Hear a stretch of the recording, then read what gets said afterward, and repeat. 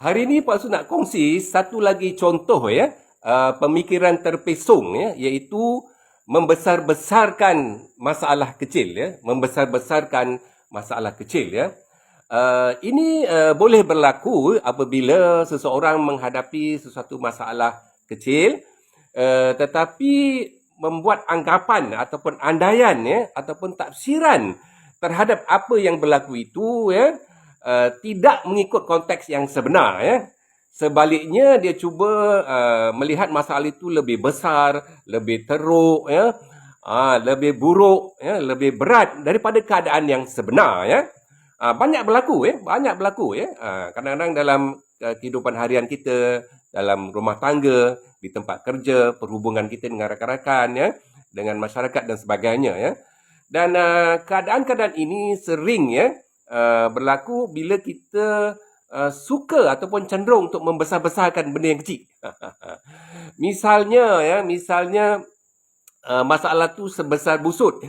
tapi kita membuat andaian tafsiran sebesar bukit ataupun mungkin gunung sangat besar sehingga kita rasa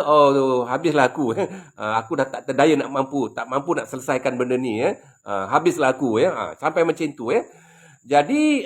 sebagai satu contoh lah misalnya kita menghadapi masalah di tempat kerja, misalnya kita tersilap dalam membuat laporan kualiti misalnya kemudian adalah kawan baik kita tegur gini. Lepas tu kita balik rumah malam pun mula terfikir kita fikir berulang-ulang kali, lepas tu kita mulalah mengandai-andaikan membayang-bayangkan benda-benda buruk akan berlaku. Misalnya kita kata habislah bos aku marah habislah tahun ni prestasi aku akan jatuh habislah tahun ni aku tak boleh naik pangkat misalnya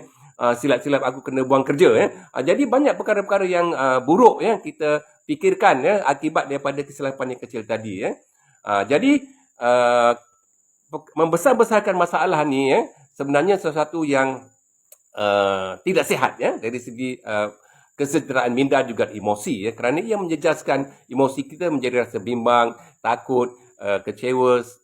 stres dan sebagainya jadi kita hendaklah lihat sesuatu masalah itu mengikut konteksnya Kalau kita membesar-besarkan sesuatu masalah kecil, kita akan sebenarnya melihat masalah itu secara negatif dan kita dianggap sebagai berfikir secara terpesong Jumpa lagi. Terima kasih.